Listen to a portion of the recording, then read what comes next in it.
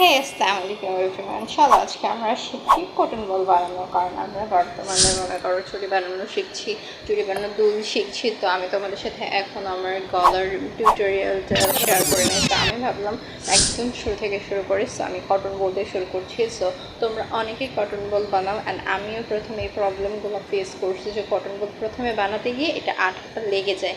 তো তোমরা যদি প্রথমে হচ্ছে এরকম করে স্কেল দিয়ে পরিমাপ মতো কেটে নিবা।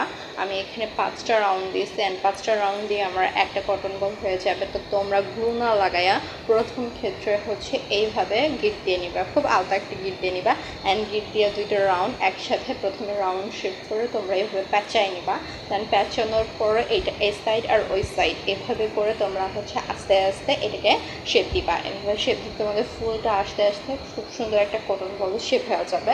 তো চলো তোমরা এটা দেখলেই কটন বল শেপটা হয়ে যাবে। তো তোমাদের সাথে আমি আলাদা কিছু শেয়ার করি, যেটা হচ্ছে চুড়ি নিয়ে। বর্তমানে অনেকেই চুড়ি মেক করছেন, এটা খুব ট্রেন্ডিংয়ে আছে, মানে আমি সবার থেকে পিছিয়ে আছি যদিও। Oh বাট my আমি god. পার্সোনালি চুড়িটা কীরকম মেক করতেছি এইটা যা আসে না, আমি তোমাদের কিছু ভালোভাবে উপস্থাপন করতে পারছি না, যার জন্য আমারটা পিছিয়ে আছে।